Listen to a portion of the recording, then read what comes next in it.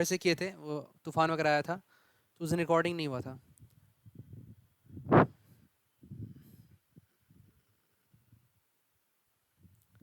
तो हम लोग लास्ट क्लास जो कंप्लीट किए वो कहाँ तक हुआ, तो आप लोगों को मालूम है, आप लोग को याद होगा कि हम लोग 180 पे एडिशन करना सीख चुके हैं।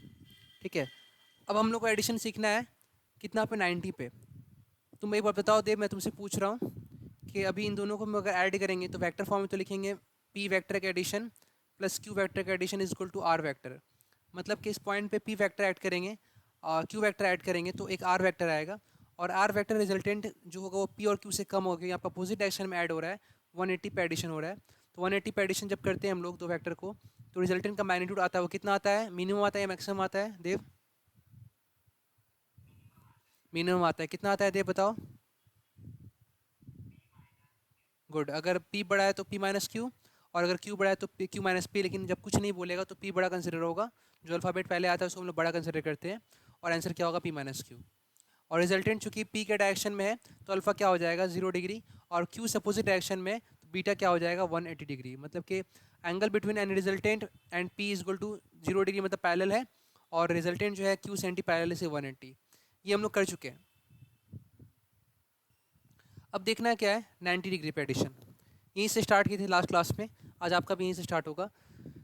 90 डिग्री का जो एडिशन होता है ये बहुत आसान होता है, क्योंकि ये ऑलरेडी हम लोग पहले कर चुके हैं। हम पहले ज़्यादा बात नहीं करें, पहले काम करते हैं। हम यहाँ पे भी जब ऐड होगा तो वेक्टर को तुम लोग क्या बोलेंगे, बोलेंगे क्या कि इस पॉइंट पे पी वेक्टर अपना मैग्नीट्यूड और डायरेक्शन ऐड करेगा, साथ ही साथ इस पॉइंट पे क्यू वेक्टर अपना मैग्नीट्यूड और डायरेक्शन ऐड करेगा, तब जाकर आएगा एक रिजल्टेंट वेक्टर। ठीक है, अब ये रिजल्टेंट वेक्टर पी से कितना एंगल बनाएगा, पी से जो भी एंगल बनाएगा उस एंगल को हम लोग बोलते हैं अल्फा। अल्फा कितना होगा, बहुत लोग बोलते हैं फटाफट 45 डिग्री, गलत है, 45 डिग्री नहीं होगा। क्यों? 45 डिग्री तब होगा जब एकदम बीचों बीच होगा, और ये बीचों बीच होगा इसका क्या गारंटी है, बीचों बीच होगा इसका क्या गारंटी है, कोई गारंटी नहीं है। तो ये बीचों बीच जब श्योर नहीं है तो अल्फा 45 नहीं होगा। क्या सर बीचों बीच हो सकता है? हाँ, वो भी बताएंगे हो सकता है कि नहीं हो सकता है, लेकिन फिलहाल अभी तो ये श्योर नहीं है कि बीचों बीच है। तो अल्फा कुछ भी होगा, फाइंड करेंगे, पता नहीं क्या होगा। तो इसका मतलब क्या होगा कि P और Q को जब जोड़ेंगे तो रिजल्टेंट का मैग्नीट्यूड आएगा और डायरेक्शन आएगा। पहले क्या निकालेंगे, पहले निकालेंगे हम लोग रिजल्टेंट का मैग्नीट्यूड। रिजल्टेंट का मैग्नीट्यूड निकालने का फॉर्मूला हम लोग के पास है, पहले मैग्नीट्यूड निकालेंगे, क्या आएगा, रूट ओवर पी स्क्वायर। अगर तुम ए भी मानो तो ए स्क्वायर बी स्क्वायर भी कर सकते हो। सपोज सपोज कि तुम P को ए मान लो और Q को बी मान लो, कुछ भी मान सकते हो, कोई प्रॉब्लम नहीं है, जो तुमको अच्छा लगे। तो अगर उस हिसाब से जाओगे तो तुम क्या लिखोगे, resultant is equal to root over A square plus B square plus 2ab cos theta is angle between two vector. Angle between two vector 90 degree दिया हुआ, मतलब कि दो वेक्टर जो अभी परपेंडिकुलर वेक्टर है।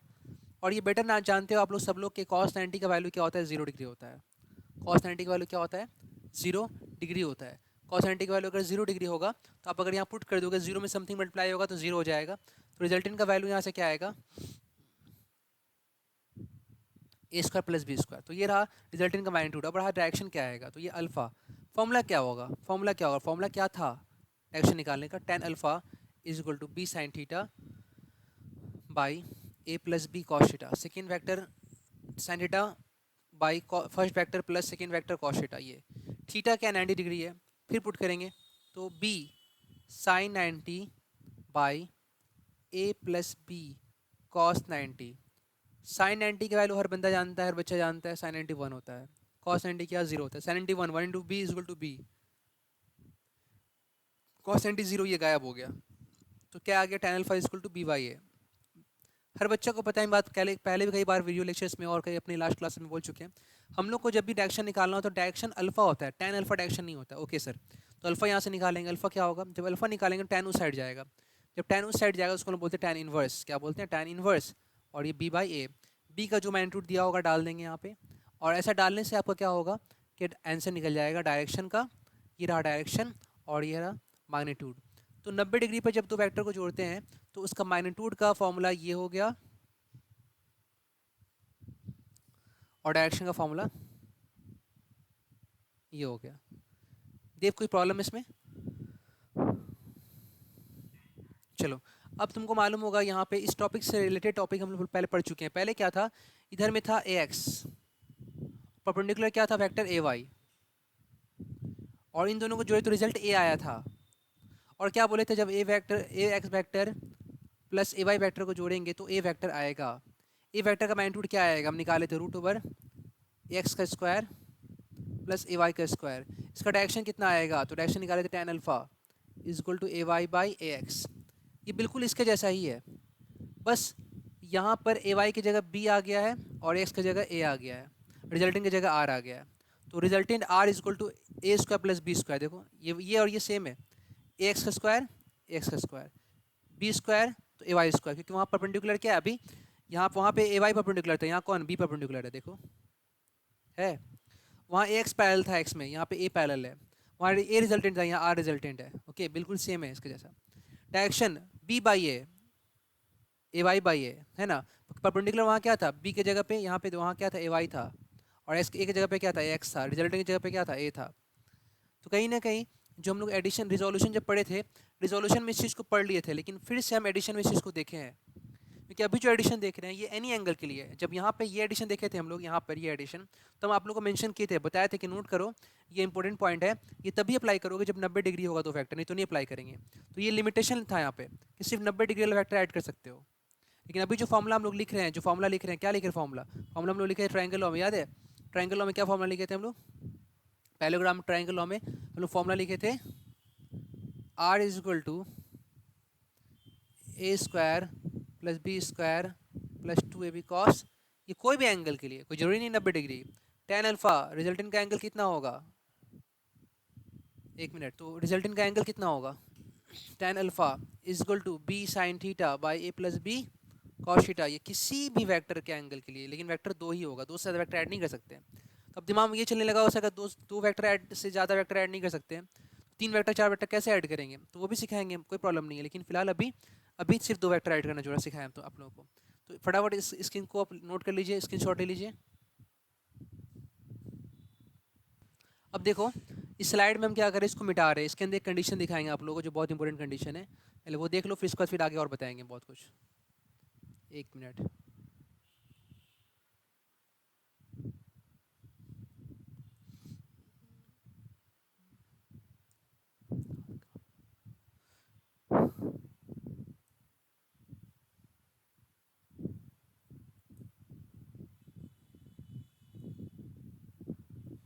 अब देखो सपोज करो कि ये जो वेक्टर देख रहे हो पी और क्यू, जिसको ए और बी बोल रहे हैं हम लोग, ये लोग आपस में इक्वल हो जाए। मतलब क्या हो गया कि या तो आप बोल सकते हो कि पी का मैग्नीट्यूड इक्वल टू क्यू का मैग्नीट्यूड। देखो डायरेक्शन के हिसाब से तो ये लोग कभी इक्वल नहीं होगा, क्योंकि इसका डायरेक्शन अलग है, इसका डायरेक्शन अलग है। तो आप अगर ये सोच रहे हो कि P vector is equal to Q vector, तो ये तो बिल्कुल गलत होगा, ये तो पॉसिबल ही नहीं, काट दो। हाँ ये हो सकता है कि दोनों अलग डायरेक्शन में एक्ट है लेकिन वैल्यू इक्वल है, तो ये पॉसिबिलिटी है।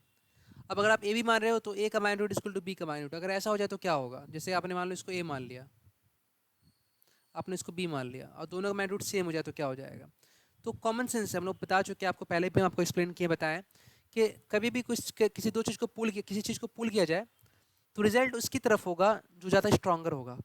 सपोज ये एक छोटा सा डब्बा है कि ये खींच रहा है कि ये खींच रहा है, किधर जाएगा ये, अगर ये स्ट्रॉन्गर होगा तो रिजल्ट इसकी तरफ आएगा, ये स्ट्रॉन्गर तो रिजल्ट इसकी तरफ आएगा। तो वैसे ही अभी क्या है समझना इस बात को अच्छे से, मैं इस बात को समझाता हूँ अच्छे से।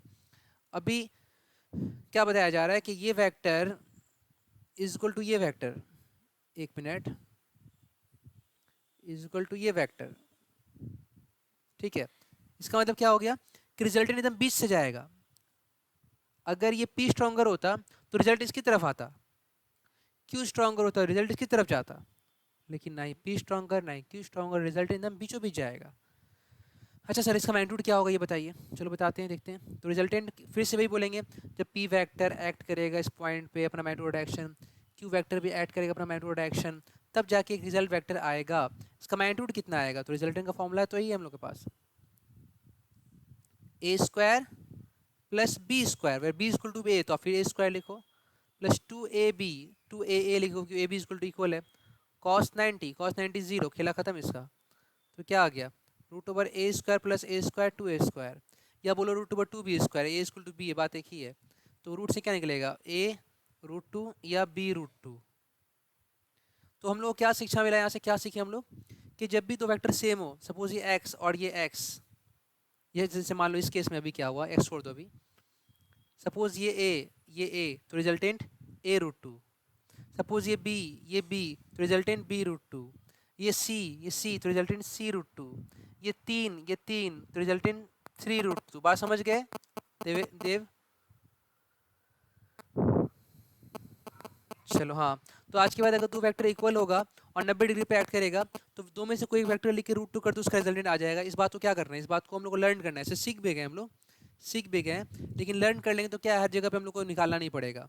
जैसे कि मान लो कि ये टू और ये टू तो रिजल्टेंट क्या होगा, टू रूट टू। ठीक है, ये थ्री तो रिजल्टेंट क्या होगा, थ्री रूट टू। ऐसे आता चला जाता है लगातार। ठीक है, तो ये हम लॉजिकल वे में समझा दिए, याद हो गया। अब बात आता है कि सर रिजल्टेंट का डायरेक्शन क्या होगा। तो रिजल्टेंट का डायरेक्शन अल्फा से दिखाते हैं। इस बार में तो तुम बोल सकते हो अल्फा 45 होगा भाई साहब, क्यों? अरे ये बीचों बीच जा रहा है, जितना एंगल इधर होगा उतना एंगल इधर होगा। पूरा 90 है तो आधा आधा बीच से जाएगा, आधा आधा बांट लेगा। 45 फॉर्मूला लगाने की जरूरत ही नहीं, डायरेक्ट आप बता दो आंसर। फिर भी अगर आपको फॉर्मूला लगाने का दिल है, फिर भी अगर आपको फॉर्मूला लगाने का दिल है तो आपके पास फॉर्मूला तो है ही है। टेन अल्फा भी तो आप निकाले, 90 डिग्री वाले केस में क्या आया था, बी बाई ए आया था ना। डायरेक्ट 90 डिग्री केस में टेन अल्फा का वैल्यू क्या आया था, बी बाई ए आया था। ठीक है, चलिए आगे सॉल्व करते हैं। अभी बी इक्वल टू ए, या तो ए बाई ए बोलो इसको या बी बाई बी बोलो। कट गया, क्या आ गया, वन। ओ सर, टेन अल्फा का वैल्यू वन कब आता है, टेन अल्फा का वैल्यू वन कब आता है, टेन अल्फा का वैल्यू वन आता है 10:45 पे। ओके सर, तो अल्फा इक्वल टू क्या आ गया, अल्फा इक्वल टू आ गया 45 डिग्री। वो तो पहले भी हम लोग बता चुके थे, तो क्या दरकार है निकालने का। क्लियर है? बता रहे थे कुछ मिनिमम और मैक्सिमम कंसेप्ट्स के बारे में बता रहे थे। तो हम क्या बोले थे कि याद होगा आप लोगों को, हम दो वेक्टर लिए थे, एक 4 लिए थे और एक 3 लिए थे। वेक्टर ए का वैल्यू 4 लिए थे, वेक्टर ए बी का वैल्यू 3 लिए थे। तो भाई साहब अब अगर आप दो वेक्टर लेते हैं और इसको 4 और 3 लेते हैं मैग्नीट्यूड के सेंस में, तो 4 और 3 का बहुत सारा आंसर आ सकता है, बहुत सारा रिजल्टेंट वैल्यू आ सकता है। अब क्या क्या आ सकता है, क्या क्या पॉसिबिलिटीज़ है, कहाँ से कहाँ तक आ सकता है। तो ये तो हम आप लोग को सिखा दिया, अभी फॉर्मूला से सीखे कि इसका मैक्सिमम वैल्यू क्या आ सकता है, आर मैक्सिमम 4 + 3 7। मिनिमम क्या आ सकता है, आर मिनिमम 4 - 3 1। मतलब एक से कम नहीं आ सकता, जीरो नहीं आ सकता है, और 7 से ज़्यादा नहीं आ सकता, मतलब 8 नहीं आ सकता है। इसके बीच का वैल्यूज सर आ सकता है बिल्कुल, 2 3 4 5 6 7। मतलब कि जब वो मिनिमम वैल्यू दे रहा है रिजल्टेंट और मैक्सिमम रिजल्टेंट दे रहा है, तो रिजल्टेंट जब मैक्सिमम से मिनिमम की तरफ आएगा तो पहले 7 होगा, फिर घटेगा, फिर 6 होगा, फिर घटेगा 5 होगा, फिर 4, फिर 3, फिर 2, फिर 1। ऐसे अब कैसे बोलना चाह रहे हैं आप सर, तो ये समझिए आप लोग, देखिए अच्छे से। पहले चलिए हम मानते हैं, पहले केस में आप मान लिए 0 डिग्री, केस जीरो, मतलब कि पहला नंबर केस आप थीटा क्या मान लिए। एक मिनट रुकिए, थोड़ा सा आराम से देखिए, कोई प्रॉब्लम नहीं है, कोई कहीं जाना नहीं है, समझना है अच्छे से। Case one, theta 0 degree. Okay, theta 0 degree पे मालूम रिजल्टेंट क्या आता है, आर मैक्सिमम आता है, कितना आता है, ए प्लस बी डायरेक्ट, फिर A equal to 4, B equal to 3, 7 आ गया। चलिए एक काम खत्म इसका, maximum value 7। Case two, theta आप क्या कर दिए, थीटा आप 90 कर दिए। थीटा क्या, ऐसे 90 मत कीजिए, अभी थोड़ा एक और आगे लीजिए वैल्यू। केस टू, थीटा आप 60 कर दिए। ओके, आप 30 भी ले सकते हैं, हम 60 पे डायरेक्ट गए। फिर रिजल्टेंट कितना आएगा इस केस में, तो रिजल्टेंट इस केस में आएगा रूट ओवर ए स्क्वायर, ए मतलब कि 4 का स्क्वायर 16, प्लस बी स्क्वायर 3 का square 9, plus 2 A B cos 60। Cos 60 का वैल्यू क्या आता है मालूम हम लोगों को ना, कॉस 60 हाफ आता है, कॉस 60 हाफ आता है। ठीक है, ठीक है, तो यहाँ पे हो गया, तो ये कितना आएगा, 16 9 25 आ जाएगा, और ये हाफ और हाफ 2 से कट जाएगा, 4 × 12। ठीक है, मालूम है ना कॉस 60 हाफ होता है तुमको, साइन 60 √3/2 होता है, और साइन 30 हाफ होता है, तो उल्टा होता है कॉस 60 हाफ। देव मालूम तुमको ये बात, याद करो याद करो, देखो हम लिख रहे हैं, जल्दी से याद करो ये सब चीज़। Sine 0, sine 30, sine 45, sine 60, sine 90। ठीक है, साइन 0 क्या होता है, 0, साइन 30 हाफ, साइन 45 1/√2, साइन 60 √3/2, ये सब याद करना पड़ेगा। ठीक, साइन 90 0। अब कॉस जाएंगे, कॉस 0, तो कॉस उल्टा हो जाएगा, साइन 90 1, हम 0 लिख दिए भूल से यहाँ पे, साइन 91, साइन 0 0, साइन 91। अब उल्टा होगा, यहाँ से कॉस स्टार्ट होगा, तो कॉस 0 क्या होगा, कॉस 30 क्या होगा, कॉस 30 क्या होगा, cos 0, cos 30, cos 45, थोड़ा छोटा छोटा लिख रहे हैं तो साफ नहीं दिख रहा है, cos 0, cos 30, cos 45, cos 60 और cos 90, ये सब याद रखना बहुत ज़रूरी है। cos 0 उल्टा यहाँ से स्टार्ट होगा, 1√3/2, 1/√2, 1√3/2, 1/2, फिर 1/2 और ये 0। याद रहेगा देव, याद रहेगा।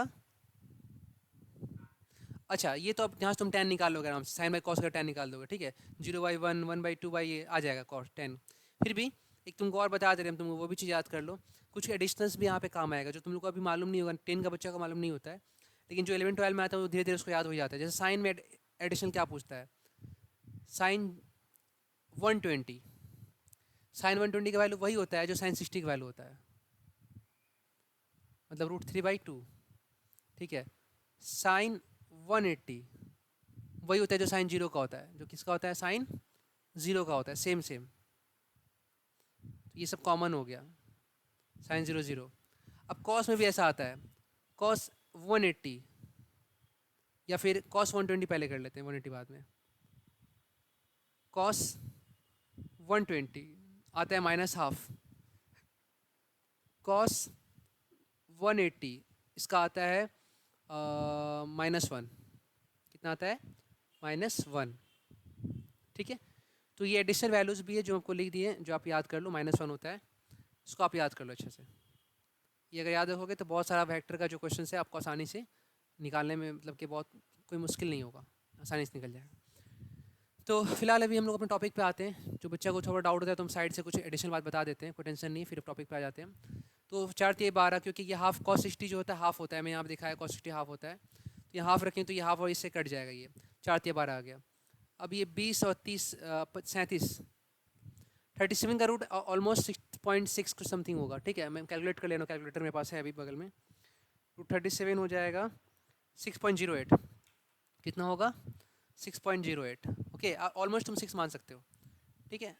ये स्लाइड में तुम इसको स्क्रीनशॉट लो जल्दी से, मेरे पास स्पेस नहीं है, जल्दी से स्क्रीनशॉट ले लो, ओके। ओके ओके, आ जाओ। तो ये हम निकाल लिए, अभी क्या निकाले हम लोग, क्या देखे हम लोग, ये देख लिए भाई साहब के केस 1 में इतना आया था रिजल्टेंट, केस 2 में भाई इतना आया, घटा है ना, कम हो गया है ना, कम हो गया है। अब चलो केस 3 करके देखते हैं, केस 3 में क्या आता है मामला। तो आइए केस 3 देखते हैं। केस 3 हम डायरेक्ट जाते हैं केस 3 में 90 पे, थीटा बढ़ते जा रहा है, देखो तुम देखो थीटा एंगल बढ़ रहा है, पहले 0 था एंगल, फिर 60 हुआ, फिर 90। भाई साहब 90 पे कितना आएगा, तो डायरेक्ट फॉर्मूला है 90 पे, अभी सीखे हम लोग, √/परपेंडिकुलर वेक्टर का स्क्वायर। तो 4 और 3 आपस में क्या है, परपेंडिकुलर है, तो 4 का स्क्वायर और 3 का स्क्वायर, फॉर्मूला ही A² + B², तो 4 का स्क्वायर 16, B का स्क्वायर मतलब कि 3 का स्क्वायर 9, 3 का स्क्वायर 9, 4 स्क्वायर और A² + B², अभी हम फॉर्मूला लर्न किए पिछला टॉपिक में।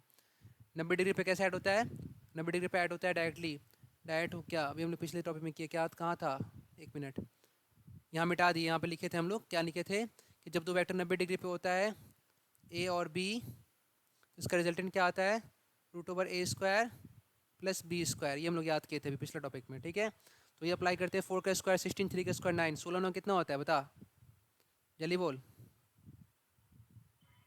उसका रूट करेगा कितना आएगा, 5 आ गया ना, 5। तो देख घटा और घटा रिजल्टेंट, और घटा, देख और घट गया। 0 डिग्री पे किया था तो मैक्सिमम आया था 7, एंगल बढ़ाया 60 पे गया, एंगल बढ़ाया 60 पे गया तो वैल्यू घट के 6.8 आ गया, लगभग 6 मान गया। अब 90 डिग्री पे गया तो और कम आ गया, 5 आ गया, देख घटते जा रहा है, तुम्हारा 7 से 6 हुआ, 6 से 5 हो गया। अब चल आगे बढ़, एक स्टेप और आगे बढ़, अब चल देख केस नंबर, एकदम फील कर टॉपिक को, फील कर। वेक्टर एक ऐसा चीज़ है ना कि तुम जब अच्छा से करेगा इसको ना, तो आगे चैप्टर जो तुम जाएगा ना, याद रखना पेन बिना उठाए बच्चा सॉल्व करता है, अच्छा बच्चा रहता है तो उसको लॉजिकल वे में पढ़ाया जा रहा है तो बिना पेन उठाए बच्चा सॉल्व करता है। हम तो आज तक बहुत सारे वेक्टर क्वेश्चन ऐसे देखे और आंसर मार रहे हैं। तो अब आगे 90 के आगे आगे एंगल बढ़ाते हैं, चलो 120 करते हैं, क्योंकि 120 का वैल्यू मालूम भी है हम लोग को, 120 का वैल्यू हम लोग को आता भी है, हम सीखे भी है, याद भी किए हैं। तो चलिए इसको करते हैं, केस 4, केस 3 था, केस 4, थीटा कितना कर लिया 120, ओके सर 120। क्या हो रहा है मामला, मामला ये हो रहा है, देख मामला ये हो रहा है, पहले एक वेक्टर ए था और एक वेक्टर बी था, दोनों सेम डायरेक्शन में, फिर बी का एंगल कितना हो गया 60 डिग्री, फिर कितना हो गया बी का 90 डिग्री, अब कितना हो गया 120 डिग्री। देखा एंगल बढ़ते जा रहा है। तो पहले क्या किया बोल, पहले ए और बी में 0 डिग्री, फिर ए और बी में 60 डिग्री, फिर ए और बी में 90 डिग्री, फिर और बी में 120 डिग्री, अभी 120 में चला गया है, अभी यहाँ पे आ गया है ना। कहानी समझ आया ना, धीरे धीरे इसका एंगल बढ़ रहा है। चलो अब देखते हैं कितना आएगा। कॉमन सेंस का बात है, हम समझाए थे तुम लोग को, बहुत अच्छे से बात बताए थे कि जब पहले ये ब्राउन वाला पोर्शन इस रेड के साथ था तो साफ साथ दिखाई दे रही है इसके साथ दोस्त था, लेकिन फिर क्या हुआ, धीरे धीरे इसका अपोजिट गया। अभी पूरा अपोजिट नहीं गया है, लेकिन वो थोड़ा दूर हट रहा है इससे, थोड़ा दूर हट रहा है, मतलब उससे थोड़ा डायरेक्शन चेंज कर रहा है, अब उसका पोजीशन में चाह रहा है जाना, धीरे धीरे खड़ा हो रहा है उसका दुश्मनी करने के लिए। लेकिन अभी भी इसका पूरा दुश्मनी में नहीं आया है, अभी भी थोड़ा दोस्ती के साइड ही में है। फिर और बढ़ाया देखिए, ये न्यूट्रल साइड हो गया, ये क्या हो न्यूट्रल, अभी ये बीच में आ गया है, ना दोस्ती का साइड ना दुश्मनी का साइड। इस साइड जाएगा तो अपोजिट हो जाएगा दुश्मनी का साइड, इस साइड रहेगा दोस्ती का साइड। तो ये वाला कोऑर्डिनेट दोस्ती का, ये वाला कोऑर्डिनेट दुश्मनी का है।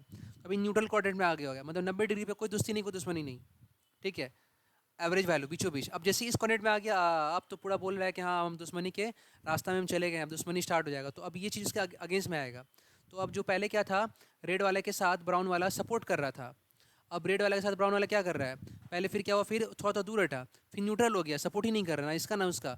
अब क्या कर रहा है भाई, अब तो अपोजिट दिशा में आ गया, अब तो घटाएगा रिजल्ट को, अब घटेगा, अब 5 से और कम आएगा, है ना, और कम आएगा। ठीक है, तो देखते हैं कितना आता है। तो ऐड कर, हम लोग पास डायरेक्ट फॉर्मूला है, रूट ओवर 120 डिग्री पे जोड़ रहा है इन लोग दोनों को, ये ए है और ये बी है, 120 डिग्री पर रिजल्टेंट कुछ आएगा, कितना आएगा रिजल्टेंट का मैग्नीट्यूड। तो अगर ए और बी को जोड़ेगा तो रिजल्टेंट आर आ जाएगा, आर का मैग्नीट्यूड कितना होगा, फॉर्मूला है मेरे पास, रूट ओवर ए स्क्वायर 4 का स्क्वायर 16, बी स्क्वायर 3 का square 9, plus 2 AB, angle cos 120, तो वेक्टर के बीच एंगल कितना है 120, कॉस 120 कितना होता है, अभी लास्ट स्लाइड में हम दिखाए थे, अभी यहाँ पे मिटाया अभी हम, कॉस 120 माइनस हाफ होता है, अभी हम लिखवाए थे कॉस 120 कितना होता है माइनस हाफ। तो अभी क्या करना है इसको, अभी इसको याद कर जाना है, जिसको याद नहीं रहेगा उसका कहानी यहीं पे रुक जाएगा, वो आगे लिख ही नहीं पाएगा।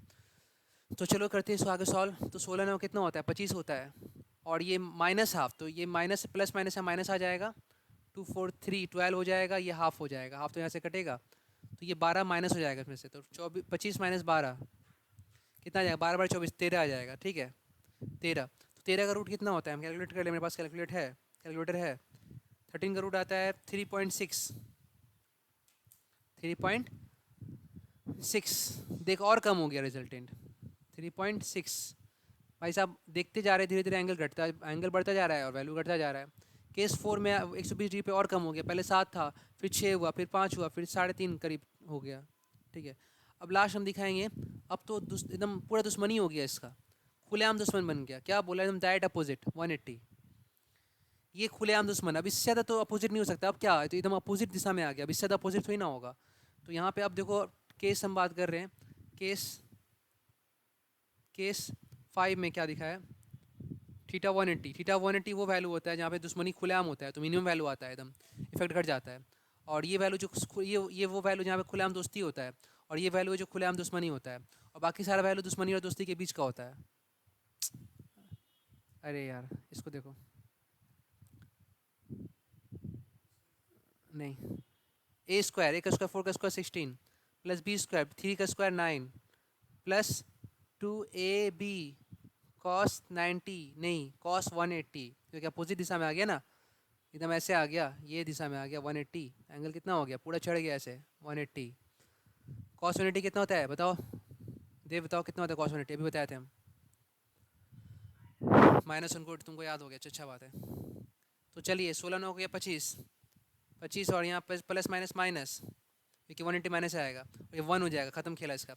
4 दूना 8, 8 24, 25 में सिर्फ 24 गया, एक का रूट 1, चल खेला ख़त्म, खेला ख़त्म हो गया, एक आ गया, एक मिनिमम वैल्यू बोले थे ना, खुलेआम दुश्मनी क्या मिनिमम वैल्यू आ गया, मिनिमम कितना था इसका 1, तो एक 7 से 1 के बीच बहुत सारा वैल्यू आया, 7 उसके 6, इससे और भी आया होगा, 7 6.9 6.8 6.7 फिर 6, फिर 6.5 5.5 फिर 5, ऐसे करते करते करते लास्ट 1 आ गया।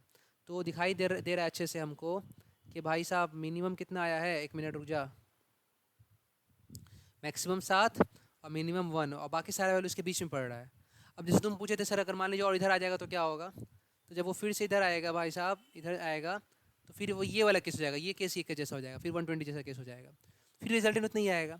हाँ लेकिन डायरेक्शन अलग होगा, डायरेक्शन क्या होगा, जैसे देख समझ बात, इसका रिजल्टेंट इधर आया, लेकिन लेकिन तुम अगर ये रेड लेगा ए और ये ब्राउन लेगा बी और ये 120 इधर बना रहा है, पहले ऊपर बना रहा था 120 नीचे बना रहा है, तो इसका रिजल्ट इधर आया था, इसका रिजल्ट इधर आएगा, बस यही फ़र्क है, डायरेक्शन का फ़र्क आएगा, वैल्यू वही आएगा। वैल्यू कितना आया था 120 पे, 120 वैल्यू आया था √13, मतलब कि 3.6 आएगा, इसका भी क्या आएगा 3.6 आएगा, लेकिन इधर आएगा, वो इधर आएगा वेक्टर। तो मतलब कि इस केस में जो ये रिजल्टेंट जो आ रहा है, ये रिजल्टेंट जो आ रहा है, दोनों का मैग्नीट्यूड सेम होगा, लेकिन वेक्टर के टर्म में ये दोनों वेक्टर भी सेम नहीं होगा। बात समझ रहे क्या बोल रहे हैं हम ना? क्लियर है? हाँ चल इसको नोट कर ले जल्दी से, फटाफट नोट कर क्वेश्चन। पहले इस चीज़ देख ले आराम से यहाँ पे, उसके बाद 1 मिनट हमको ये रेस करना है।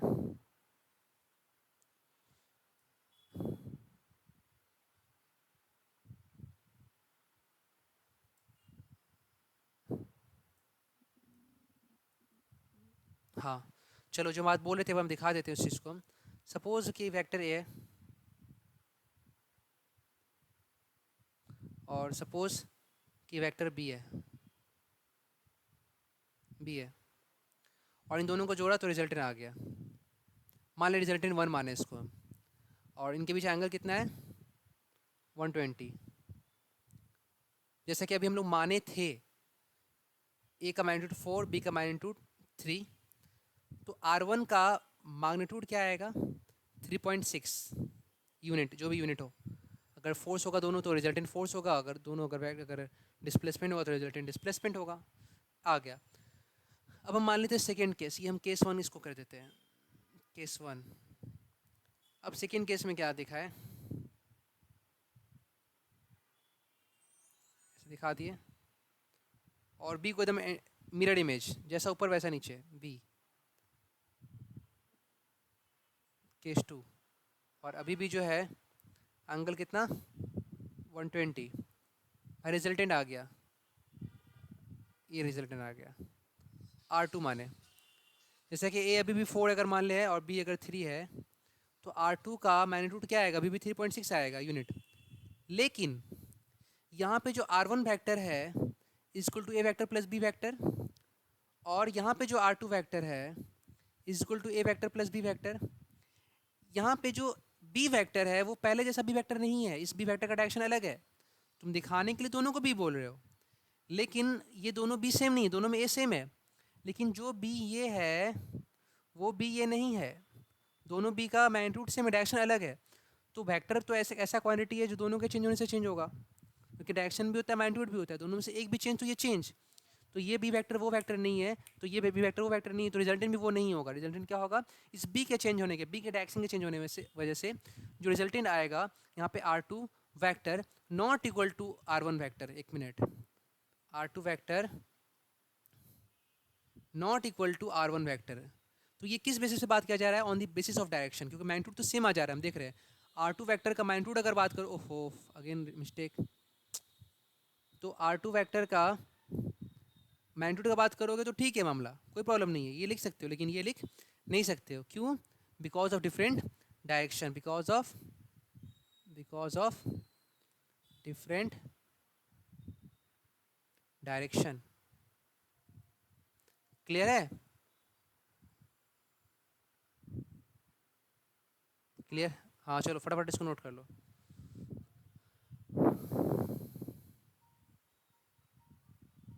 लग गया वाला ऐड।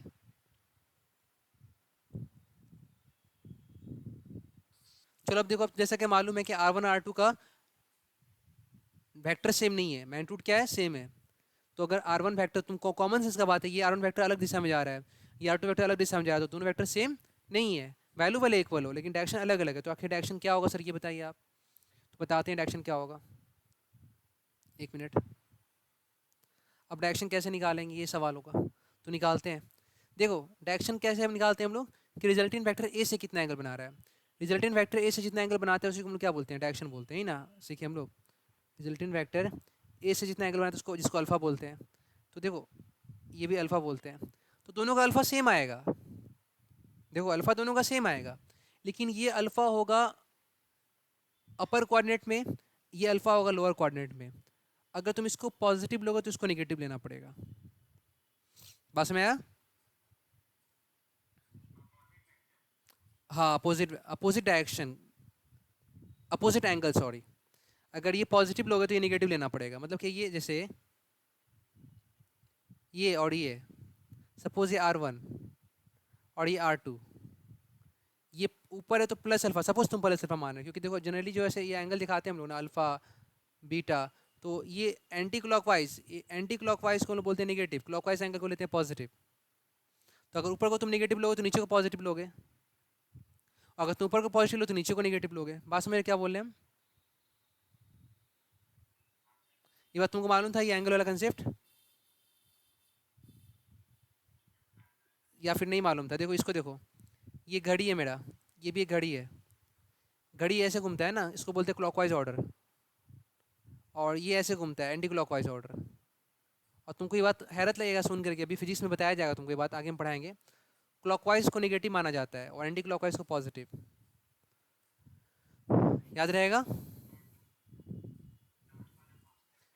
हाँ, टॉर्क में था right hand thumbs rule, right hand right hand thumbs rule. अभी हम आगे पढ़ाएंगे cross product and dot products, वहाँ बताएंगे हम। ठीक है, ये क्लास 10 में भी है मेरा, अगर तुम 10 का लेक्चर देखोगे, अगर हम 10 के बच्चों को पढ़ाते हैं, तो जैसे हम लोग को 10 में ही पढ़ा देते हैं सब कहानी, बच्चे लोग को 10 में ही पार्ट लग जाता है फिलहाल फिर भी। तो उसी तरह से अगर ये देखो, ये जा रहा है एंटी क्लॉकवाइज, तो अगर तुम इसको पॉजिटिव, सपोज तुम पॉजिटिव ले रहे हो, तो इसको नेगेटिव लेना पड़ेगा उस बेसिस पे। ठीक है, आ जाओ। तो अब डायरेक्शन निकाल अल्फा क्या होगा, तो भाई फॉर्मूला तो मेरे पास है ही है ना, ना टेंशन किस बात का है।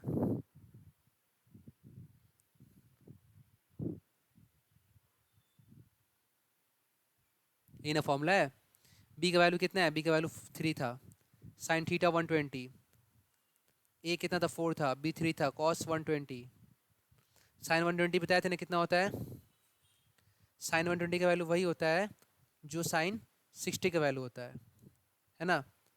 साइन 120 का वैल्यू वही होता है जो साइन 60 का वैल्यू होता है। साइन 60 कितना होता है, √3/2, तो 3 into √3/2, 4 plus 3 cos 120 minus half, तो प्लस माइनस यहाँ क्या आ जाएगा, माइनस। कैलकुलेटर यूज़ करना पड़ेगा क्या, कि लंबा कैलकुलेशन आएगा यहाँ पे, माइनस।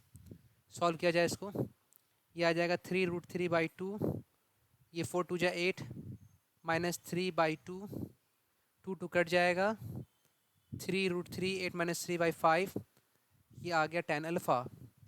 अब अल्फ़ा कितना आएगा, तो tan इनवर्स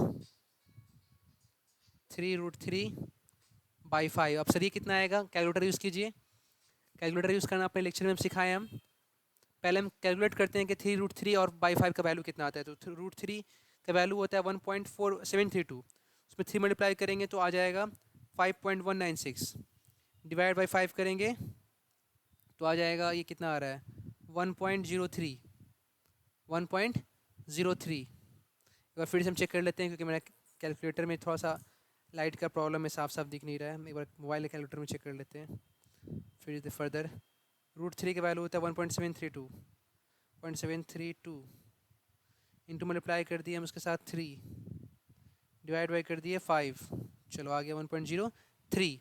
तो हमको 10 हमको चाहिए, अल्फ़ा क्या आ गया, अल्फ़ा इज इक्वल टू, एक मिनट हम कैलकुलेट किए, जिसको लिख देते जो कैलकुलेट किया, alpha is equal to tan inverse, और ये पूरा वैल्यू आ रहा है 1.0392, ये आ रहा है। तो हमको क्या निकालना है, हमको tan अल्फ़ा tan इनवर्स करके निकालना है। तो लिखेंगे शिफ्ट, पहले शिफ्ट क्लिक करेंगे, शिफ्ट क्लिक कर दिए, उसको 10 क्लिक करेंगे, जैसे शिफ्ट करके 10 क्लिक करेंगे आपके कैलकुलेटर में दिखता होगा tan इनवर्स, जैसा कि यहाँ पे ये साइन है वैसा दिखता होगा। अब ब्रैकेट है, आप एक ब्रैकेट दो, फिर उसके बाद क्या लिखा हुआ 1.0392, ब्रैकेट क्लोज कर दिए और इक्वल टू किए, तो वैल्यू आ रहा है 54.3, 54 डिग्री, 54.3, हम अप्रोक्स 54 मान लेते हैं। मतलब कि यहाँ से 54 डिग्री एंगल बना करके रिजल्टेंट आ रहा है। ठीक है, अब खुद बताओ तुम देव, रिजल्टेंट ए के करीब है या बी के करीब है? हाँ, क्योंकि पूरा 120 है तो बी ए के ज़्यादा करीब है। क्यों? क्योंकि ए स्ट्रॉन्गर है, ए का वैल्यू 4 है, बी का वैल्यू 3 है ना। चलो ऐसे, इसका वैल्यू 54 आएगा, इसका मतलब ये नहीं कि दोनों डायरेक्शन सेम है, इसका ऊपर वाला डायरेक्शन 54, इसका नीचे वाला डायरेक्शन 54, दोनों अलग डायरेक्शन में है। क्लियर है ना?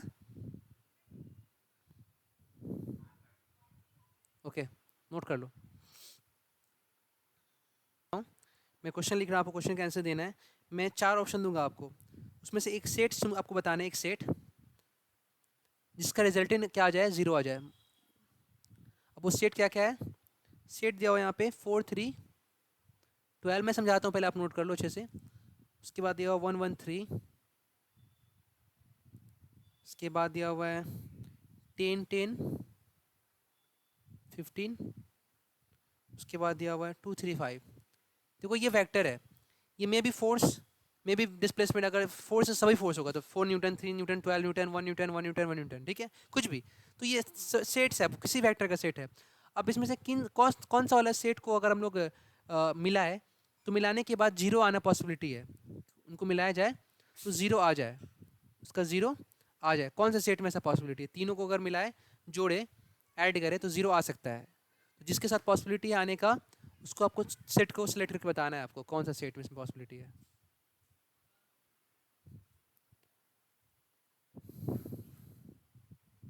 देखो हम बता रहे हैं, समझो। तुम कभी देखे हो ऐसा कि कोई तगड़ा इंसान है और यहाँ पर थोड़ा उससे कमज़ोर इंसान है, और यहाँ पर उससे भी और कमज़ोर इंसान है, और तीनों में लड़ाई हो गया। तीनों में लड़ाई में किसी को जीतना है, तो कॉमन सेंस से कौन जीतेगा? ये। लेकिन ये हार भी सकता है अगर ये दोनों मिल जाए आपस में तो। और वो भी जब ये दोनों मिल जाए तभी इसको हरा पाएगा, जब दोनों मिलने के बाद भी इसकी बराबरी कर पाए। सपोज कि इसका वैल्यू 10 न्यूटन है और इसका वैल्यू 7 न्यूटन है और इसका वैल्यू 1 न्यूटन है, तो अगर ये दोनों मिल जाएगा तो मिल के कितना पैदा करेगा? 8, और ये कितना है? 10। तो ऐसे केस में ये मिल के भी हरा नहीं पाएगा, मतलब कि 0 नहीं आ पाएगा, 0 नहीं आ पाएगा। तो मिलने का कंसेप्ट फिलहाल यही होगा कि जब भी 0 लाना होगा तीनों मिला करके, तो छोटा लोग आपस में मिल जाएगा, तभी जाके उसको हरा सकता है। अगर उसके बराबरी अगर आ गया, सपोज ये 3 होता, ये 10 1 नहीं होता, ये 3 होता, 3 होता, तो ये 7 और 3 मिलकर 10 हो जाता, और ये 10 मिलकर इस 10 को मार सकता है, मतलब 10 और 10 मिला के 0 कर सकता था, केस कहानी खत्म कर सकता था। तो इसका मतलब कि दोनों छोटा लोग मिल जाएगा। ऐसा प्रॉब्लम जब भी सॉल्व होगा तो छोटा लोग मिल जाएगा, और छोटा लोग मिल के बड़ा पे अटैक करेगा, तो ये छोटा लोग मिलेगा। अब सपोज कर लो कि इस बड़ा का वैल्यू 12 है और डायरेक्शन कुछ भी है, हम इस डायरेक्शन में मान ली, चलो इस डायरेक्शन में।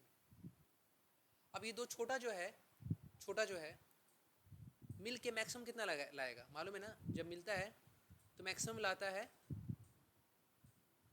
7, यहाँ पे मैक्सिमम लाएगा 7, आर मैक्सिमम आएगा 7, और मिनिमम आएगा 1, इस केस में 7 और 1। तो इसका मतलब ये हो गया कि इस केस में अगर 4 और 3 दोनों साथ एक साथ मिल जाए एकदम सेम डायरेक्शन में 4 और सेम डायरेक्शन में 3, तब भी दोनों मिल के क्या लाएगा? 7 लाएगा। लेकिन अगर ये 3 उल्टा हो जाए, 4 और 3, तो ये कितना आ जाएगा? 1 आ जाएगा।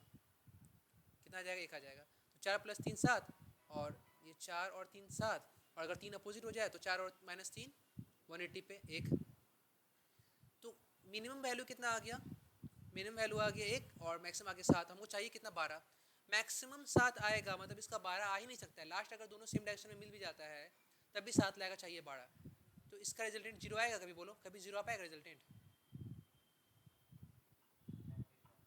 क्या हुआ? नहीं आ पाएगा। क्यों? क्योंकि ये 12 है, 4 और 3 मिलकर 7 लाएगा, 7 और इसको अगर तुम करोगे 180 पे एडिशन करोगे तो ये 12 - 7 5 आएगा, 0 नहीं आ पाएगा। और अगर दोनों सेम डायरेक्शन में अपोजिट हो जाएगा तो 4 और 3 में बचेगा 1, और ये 12 है, और ये अपोजिट में अगर 180 पे ऐड होगा तो 12 - 1 क्या आ जाएगा? 11 आ जाएगा, 0 नहीं आ पाएगा। इसका कहानी खत्म, इसका कहानी खत्म। इसको तुम नोट कर लो, जल्दी से स्क्रीनशॉट लो, फिर बी नंबर करते हैं। क्या बाबू? आंसर डी आएगा? चलो ठीक है, देखते हैं। डी तो आ गया, लेकिन शायद और कोई भी आ जाए आंसर। ये भी मोर देन वन आंसर भी राइट हो सकता है, इसको चेक करना है हमको फिलहाल। अब देखो, ये भाई ये दोनों मिल जाएगा तो मैक्सिमम आएगा 2 और मिनिमम आएगा 0, क्योंकि 1 + 1 सेम डायरेक्शन में ऐड करें तो 2 हो जाएगा, और दोनों अपोजिट में ऐड करेगा तो 0 हो जाएगा। तो वैल्यू 0 से 2 के बीच आएगा, 2 से ज़्यादा नहीं, 0 से कम नहीं है, चाहिए 3। इसका भी 3 नहीं आ पाएगा, इसका भी पॉसिबल नहीं है। अब हम डी पे जाते हैं, उसके बाद हम सी पे आएंगे। तो ये दोनों मिलेगा तो मैक्सिमम आएगा 5 और मिनिमम आएगा 3 - 2 1। 1 आ सकता है, 2 आ सकता है, 3 आ सकता है, 4 आ सकता है, 5 आ सकता है, 5 से ज़्यादा नहीं, 1 से कम नहीं, और 5 ही लाना है। हाँ तो आ सकता है, यहाँ 0 आ सकता है, क्योंकि अगर दोनों दोनों 3 और 2 सेम डायरेक्शन में एक्ट करेगा 5 से, और ये 3 तो मिला के 5 हो जाएगा, और ये 5 के साथ जब मिलेगा तो रिजल्टेंट क्या आ जाएगा, 0। तो ये डी वाला ऑप्शन क्या हो सकता है, डी वाला ऑप्शन जो हो सकता है राइट हो सकता है। लेकिन सवाल ये, क्या सी से राइट होगा, सी भी राइट हो सकता है क्या? तो देखने में तो नहीं लग रहा है कि 10 और 10 20 हो जाएगा, लेकिन नहीं, सी ऑप्शन भी राइट होगा। कैसे, हम दिखाते हैं, पहले इसको नोट करो फिर सी ऑप्शन दिखाते हैं कैसे राइट होगा। 1 मिनट, रिकॉर्डिंग करना भूल गए थे हम। तो 10 और 10 मैक्सिमम 0 लाएगा, 10 और 10 को मिलाएंगे तो मैक्सिमम 20 लाएगा, और मिनिमम 0 ला सकता है। ठीक है, अब सवाल यह है, चाहिए हमको 15, तो 0 से 20 के बीच में 15 नहीं आ सकता है? आ ही सकता है। तो मतलब 10 और 10 का मैक्सिमम 20 आएगा, मिनिमम 0 आएगा, और इसके बीच में कहीं ना कहीं 15 भी आ सकता है। वो एंगल क्या होगा नहीं मालूम, लेकिन आ सकता है। तो इस केस में भी पॉसिबिलिटी है कि अगर ये दोनों मिलकर 15 ला सकता है, अगर 15 ला देगा अपोजिट डायरेक्शन में, तो रिजल्टेंट 0 हो जाएगा। तो सर एक बार समझाइए ना कैसे ऐसा हो सकता है, तो चलो वो भी समझाते हैं। अब उसको एकदम प्रैक्टिकली समझो अच्छा से। मान ले ये है 15 और ये है 10। 1 मिनट थोड़ा सा रुक जा। ये है 10 और ये भी 10। तो अभी अगर दोनों 10 सेम डायरेक्शन में आएगा तो 20 हो जाएगा, तब ये 0 नहीं आएगा, 20 - 15 0 नहीं आएगा, फिर 5 आ जाएगा, चलेगा नहीं, हटा दे इसको। अब अगर 10 अपोजिट दिशा में जाएगा तो 10 और 10 0 हो जाएगा, तो फिर ये 15 को कैंसिल कैसे करेगा, तो खुद ही कैंसिल हो जाएगा, फिर भी 0 नहीं आएगा। ओके सर, इसका मतलब कि 10 सेम डायरेक्शन में भी नहीं होगा, 10 अपोजिट डायरेक्शन में भी नहीं होगा, क्योंकि ना तो 20 चाहिए ना तो 0 चाहिए, ना मैक्सिमम ना मिनिमम, ना 0 डिग्री एंगल होगा ना 180 होगा। मतलब 10 और 10 के बीच एंगल ना 0 होना चाहिए ना 180। तो 0 सेम डायरेक्शन में नहीं होना चाहिए, अपोजिट भी नहीं होना चाहिए, 180 भी नहीं होना चाहिए। तो मालूम नहीं कुछ भी होगा एंगल उनके बीच में, 10 और 10 के बीच में, लेकिन उसका जो रिजल्टेंट आएगा ना, उसका जो रिजल्ट आएगा वो रिजल्ट ठीक 15 होना चाहिए, वो भी 15 इसके अपोजिट में 15 होना चाहिए, तभी इसका दोनों का जो रिजल्ट 15 आएगा वो 15 15 मिलाकर 0 हो पाएगा। इतना कहानी समझ में आया तुमको बाबू? अब बात ये कि आखिर कितना एंगल हो इनके बीच कि ये 15 आ जाए। तो कॉमन सेंस, रिजल्टेंट का फॉर्मूला है R = √a स्क्वायर मैग्नीट्यूड का square plus b square magnitude का square 2ab cos theta. Resultant इसका क्या आना चाहिए, कॉमन सेंस 15 ही आना चाहिए, वो भी इसके अपोजिट आना चाहिए। ओके, तो रिजल्टेंट 15 डाल दिए। ठीक है, a स्क्वायर 10 का स्क्वायर 100, 10 का square 100, 2ab cos theta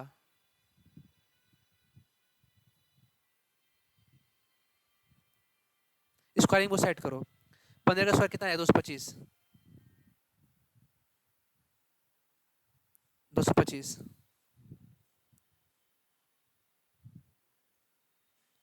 200 plus 10 ये 100, दोनों 200 cos थीटा, सॉल्व करो, यू साइड जाएगा तो 225 माइनस 200 200 cos थीटा, 225 माइनस 200 क्या आ गया, 25 डिवाइड बाय 200 cos थीटा। काटो इसको, 25 चौके 100, 25 8 8 बार में कट जाएगा, तो यहाँ से cos थीटा क्या आ गया बच्चा, cos थीटा आ गया 1/8। हमको थीटा चाहिए cos थीटा चाहिए, तो सर थीटा चाहिए। ओके, थीटा इक्वल टू क्या होगा, cos इनवर्स 1/8। सर कैलकुलेटर नहीं है तो यही आंसर। सर कैलकुलेटर है तो आगे सॉल्व कर। मेरे पास कैलकुलेटर, हम सॉल्व करते हैं। शिफ्ट क्लिक किए, उसका कॉस क्लिक किए, लिखा आ गया कॉस इनवर्स, जैसा यहाँ पे लिखा हुआ है ऐसे लिखा गया। फिर ब्रैकेट का सिंबल दिए, अंदर लिखा हुआ 1, फिर डिवाइडेड बाई 8, फिर ब्रैकेट क्लोज। इसको सॉल्व किए तो ये आ गया 82 डिग्री 0.81। थीटा क्या आया, 82.81 डिग्री, मतलब कि ये एंगल इतना होगा 10 और 10 इतना एंगल पे एक्ट करेगा तो उसका रिजल्टेंट 15 आएगा, और अगर ये 15 उसके अपोजिट दिशा में हो गया तो इस 10 का रिजल्टेंट जो आएगा वो इसके रिजल्टेंट से मैच करके वो रिजल्टेंट क्या आ जाएगा, 0। कहानी क्लियर हुआ देव?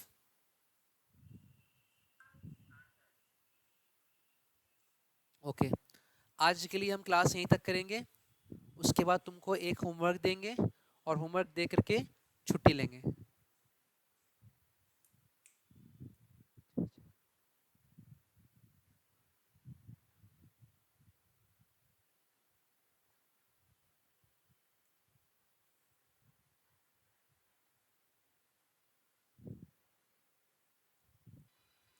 क्वेश्चन अभी भी सेम है, रिजल्टेंट 0 लाना है। 4 सेट्स आपको दिया हुआ है, 4 सेट में से कौन सा सेट का रिजल्टेंट 0 आ सकता है? ए ऑप्शन दिया हुआ है 6, 3 और 10। बी ऑप्शन दिया हुआ है 10, 15 और 20। सी ऑप्शन दिया हुआ है 20, 20 एंड 45। डी ऑप्शन दिया हुआ है 15, 15 एंड 20। ठीक है, 4 सेट्स में से कौन सा सेट का रिजल्टेंट 0 आएगा? आपको सॉल्व करना है, सॉल्व करके आंसर निकाल करके जब मैं नेक्स्ट क्लास करूँगा, आप ऐसे भी भेज सकते हो व्हाट्सएप पे, और अब चाहो तो क्लास में भी डायरेक्ट भेज सकते हो। ठीक है, नहीं हमको सिर्फ आंसर निकाला कौन सा सेट का पॉसिबिलिटी है। अगर आपको मन है तो वो भी निकालो, अच्छा बात है, आप सीखोगे, अच्छा होगा। निकाल के भेजना, अभी बता दोगे? बी, बी और बी सी डी। सी तो नहीं होगा, डी हो सकता है, बी और डी हो सकता है, सी गलत है, क्योंकि बी का मैक्सिमम 40 आएगा, मिनिमम 0 आएगा, तो 45 नहीं हो पाएगा। ठीक है, इसका तो पॉसिबल है कि 25, इसका मैक्सिमम 25 आएगा, मिनिमम 5 आएगा, तो 5 से 25 के बीच में 20 आ सकता है, तो ये हो जाएगा। इसका मैक्सिमम 30 आएगा, मिनिमम 0 आएगा, 0 से 30 के बीच में ये 20 आ सकता है, तो ये भी पॉसिबल हो जाएगा। क्लियर है? अब तुम घर बैठ के आराम से डिग्री निकाल लेना, ठीक है, कि कितने एंगल पे ऐसा हो सकता है। ओके ओके, चलो हम रखते हैं आज। अच्छा, कोई डाउट है आपको? अच्छे समझ में आया? कल क्लास है हम लोग का, मालूम है ना? हाँ, कल क्लास मेरा शायद शाम में है ना।